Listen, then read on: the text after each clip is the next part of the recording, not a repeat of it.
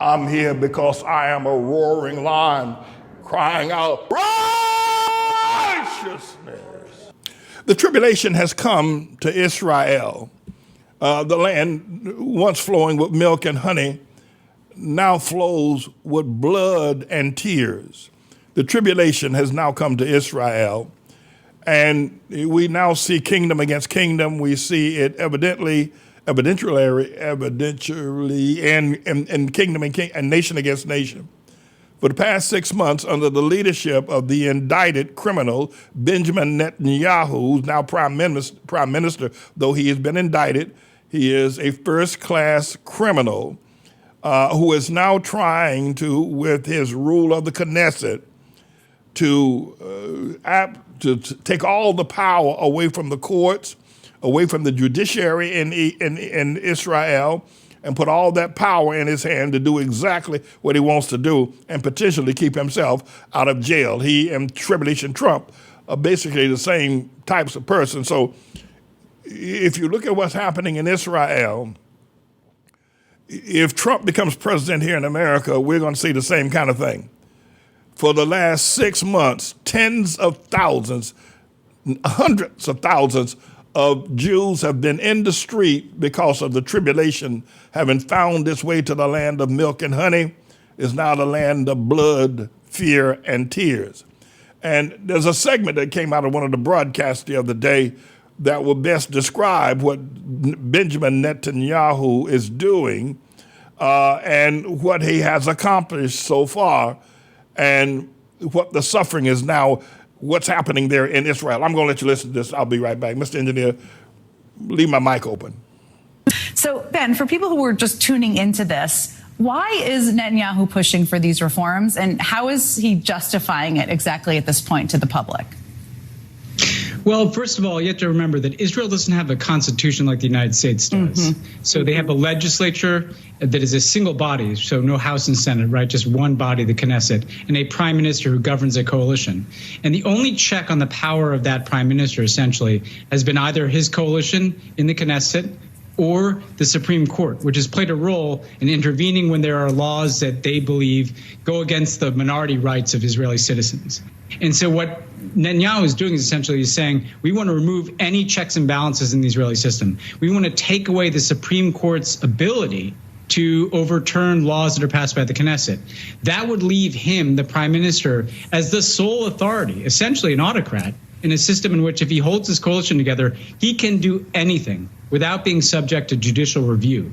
So this is why Israelis are in the streets, because they know that they have the most far-right government in Israel's history that was elected without a majority of the population, by the way, that is going to be able to do whatever it wants without any check or balance on what they're doing. It is a very, very serious moment for Israeli democracy. Now, he went out this evening, Ben, in Israel, and he said that he is open to delaying the rest of some of these judicial reforms, but this has been going on for some time. Do you believe him? Should people believe him? Because that's a pretty significant seizing of power you've just outlined there. I don't believe him, first of all, because he's always moved in the direction that his coalition has led him, right? He has thrown in his lot with the most far-right elements in Israeli society who are in this coalition. Also, let's be clear. What he passed today is the biggest part of this judicial reform in many ways. Now, you ask what he argues. He says, well, these are unelected judges who shouldn't have a say in what the laws are that we pass. It sounds familiar, right? Rhetoric about unelected judges. It's very similar to the American far right. I think he's cast his die with the far right in Israel. He's turning it into essentially a single party autocracy, or single coalition autocracy in his case. And that's why the people are in the streets, is because they know exactly what's happening. Bibi Netanyahu has shown us time and again who he is. And he will always choose the hard right over compromise. As you just said, Ben, this all sounds a little eerily familiar to kind of some of what we've seen or what Trump's team has alluded to for a second term. So how do you think these reforms, or what people are seeing in Israel, authoritarian leaders in other places, aspiring authoritarian leaders, what will they look at from this as a model as other leaders try to wrestle control and eliminate checks and balances on their power? What could happen? Well, this is a playbook we've seen in lots of countries where people get elected and then they use the institutions of democracy to consolidate power. And in Israel's case, what is Netanyahu going to do with this? He's going to expand settlements in the West Bank. He's going to deny minority rights, particularly to Arab Israelis. He may intervene to prevent investigations into his own corruption. He's going to do whatever he wants without having to worry about a judiciary that it serves as a check. When you look at Trump, now, the good news is in the American system, there are checks and balances. There's a constitution that has divisions of power between the courts and Congress and the president. Here's the bad news, Jen. The bad news is that we're heading into an election in which already the courts have been packed with far-right judges. So he doesn't have to worry about a Supreme Court that's going to be much of a check on his powers. And frankly, the Republicans already control the House and they have a very favorable Senate map. So if Donald Trump gets elected and he does these power grabs where he tries to turn the Justice Department into a vehicle for his own political vendettas, and he tries to take control, essentially, of all aspects of the U.S. government, fire civil servants, those kinds of things, he's probably not going to have much of a check from the Republican Party if they have the levers of power. Here's what I would say to Americans. Israelis are out in the streets in unprecedented numbers right now. I know some of them. I know that if you ask them, they wish that they'd mobilized before the election. We have an opportunity. We know what Donald Trump wants to do. He wants to run the same playbook that autocrats like Netanyahu or Viktor Orban in Hungary have run in the past. That's what he wants to do. He's telling us that's what he wants to do. Do we want to be standing up in the streets and trying to prevent this when we've lost control of all levers of power in this country, or do we want to do it at the ballot box? And I think that's what's at stake in the 2024 election. Israelis couldn't envision that their very democracy was at stake when this far-right coalition eked through a victory in the last Israeli election.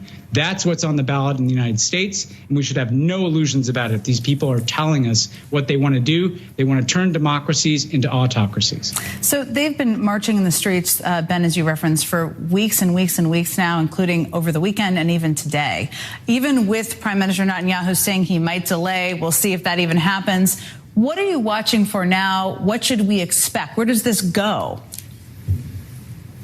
What I'm watching for, Jen, is what kind of laws the Knesset starts to try to pass, right? The Israeli parliament, do they start to try to take away rights from Arab Israelis? Do they start to try to expand the settlement movement into the West Bank, essentially making a Palestinian state impossible?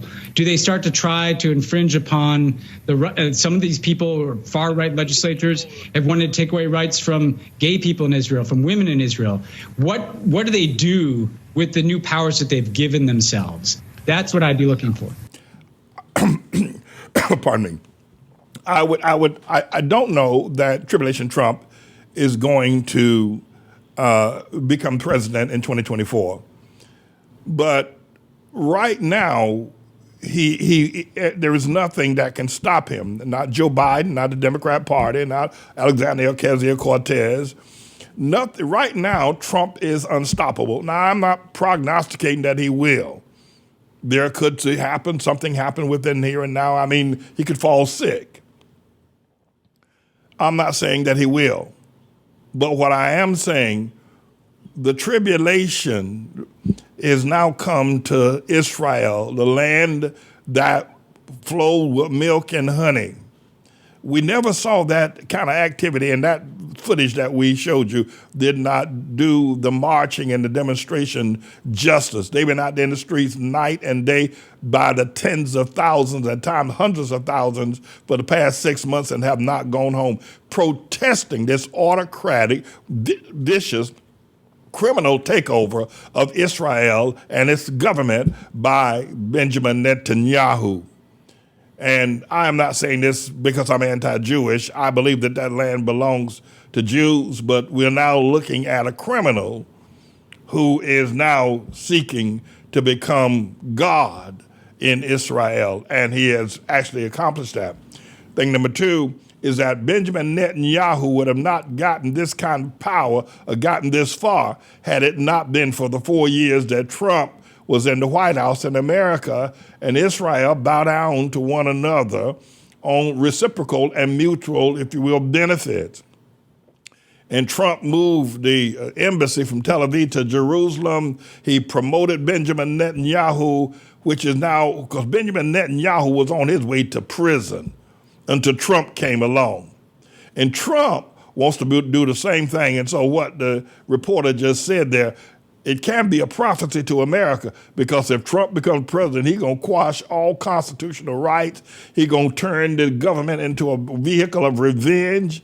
And America is going to be worse than what you see happening now in the land of Israel. I thought I would make mention of that. I've got to go. Well, I'll let you listen to a couple of my favorite songs. One is Pastor Manning, and the other is my daughter Deborah singing at that great memorial service for the generous servant, Elder Shannon Hartfield.